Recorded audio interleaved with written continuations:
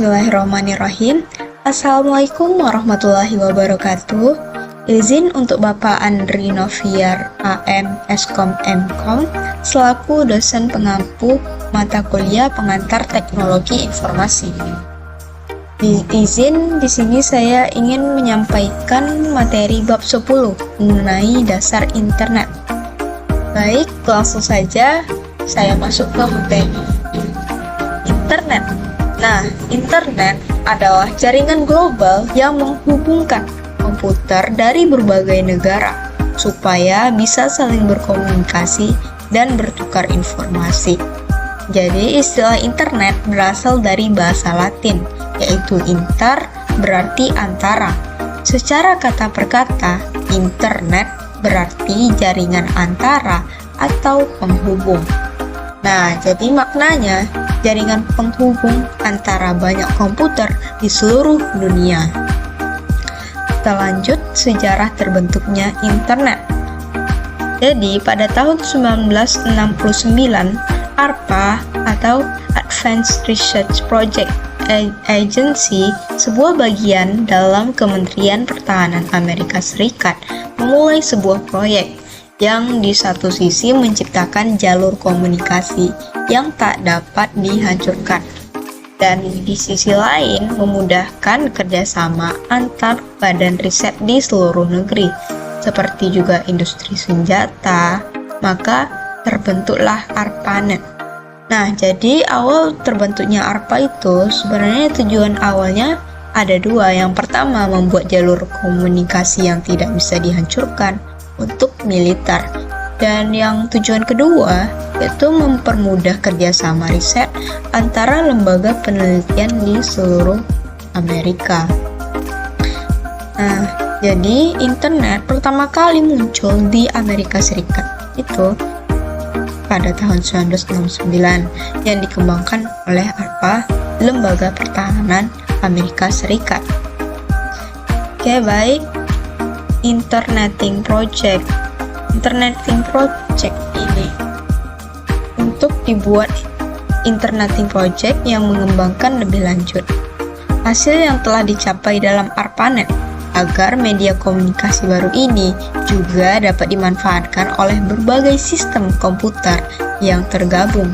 Kemudian vendor-vendor komputer meramaikan lalu lintas jaringan tersebut untuk berbagai kebutuhan, sehingga terciptalah internet. Jadi, Interneting Project ini dia mengembangkan jaringan agar bisa dipakai banyak jenis komputer, yang membuat standar agar semua komputer dapat saling berkomunikasi. Ya.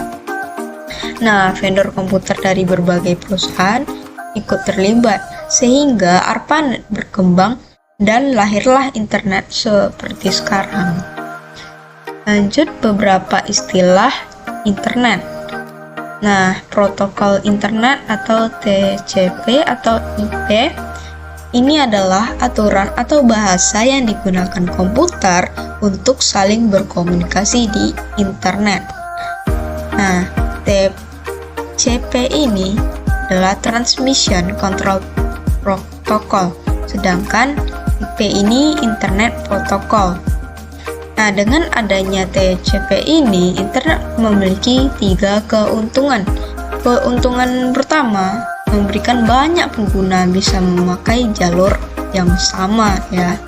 Ia memberi kesempatan internet menggunakan jalur komunikasi yang sama untuk pemakai yang berbeda pada saat yang sama. Karena paket-paket data tidak perlu dikirimkan bersama-sama.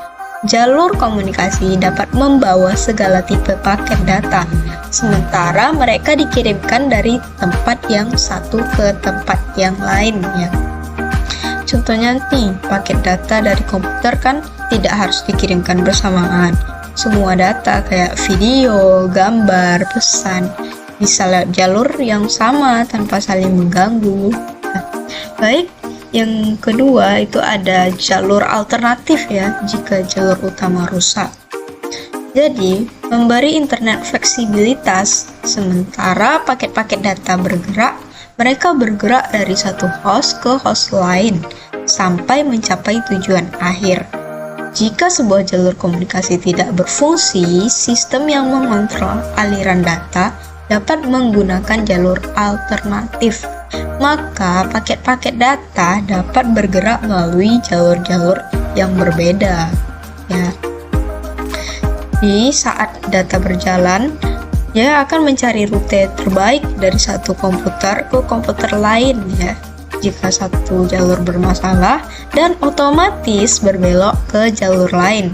Yang ini membuat internet sangat fleksibel dan jarang mati total, ya.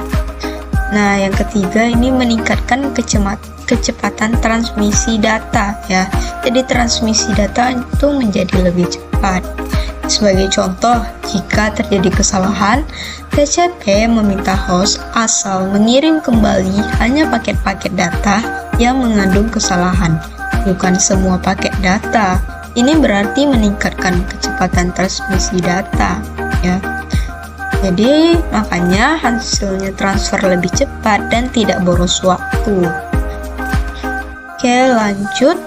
Domain Name System atau DNS. Oke, DNS ini adalah sistem penamaan alamat internet, ya. Nah, ini alamat IP.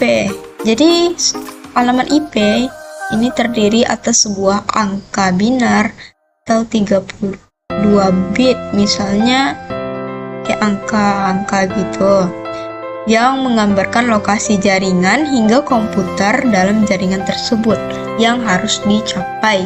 Dari sanalah router memilih jalur yang paling menguntungkan, ya. Jadi router menggunakan alamat IP untuk menentukan rute terbaik ke tujuan. Nah, dia menunjukkan lokasi komputer di jaringan, ya. Lanjut, alamat DNS. Karena angka binar tidak mudah diingat, maka dikembangkan sistem Domain Name System atau DNS. Di sini alamat disusun dalam sebuah hierarki berbagai wilayah. Domain itu artinya wilayah yang mewakili sebuah kelompok host tertentu, ya. Jadi DNS mengubah alamat IP menjadi nama yang mudah diingat, ya. Lanjut, bagaimana mengakses internet, ya. Untuk mengakses internet kita perlu adanya perangkat, ya, di komputer atau HP. Lalu kita harus mempunyai koneksi internet seperti WiFi atau data seluler. Lalu memiliki aplikasi software sesuai kebutuhan seperti ada Firefox, ada browser Chrome, dan di sini ada Telnet. Lalu ada juga seperti email, Gmail atau Outlook, dan FTP client dan lain-lain. Lanjut, pelayanan utama dalam internet. Ini adalah istilah jenis-jenis layanan yang disediakan internet, ya. Ada pelayanan mail. Jadi ini digunakan untuk mengirim dan menerima pesan elektronik. Contohnya Gmail atau Yahoo Gmail.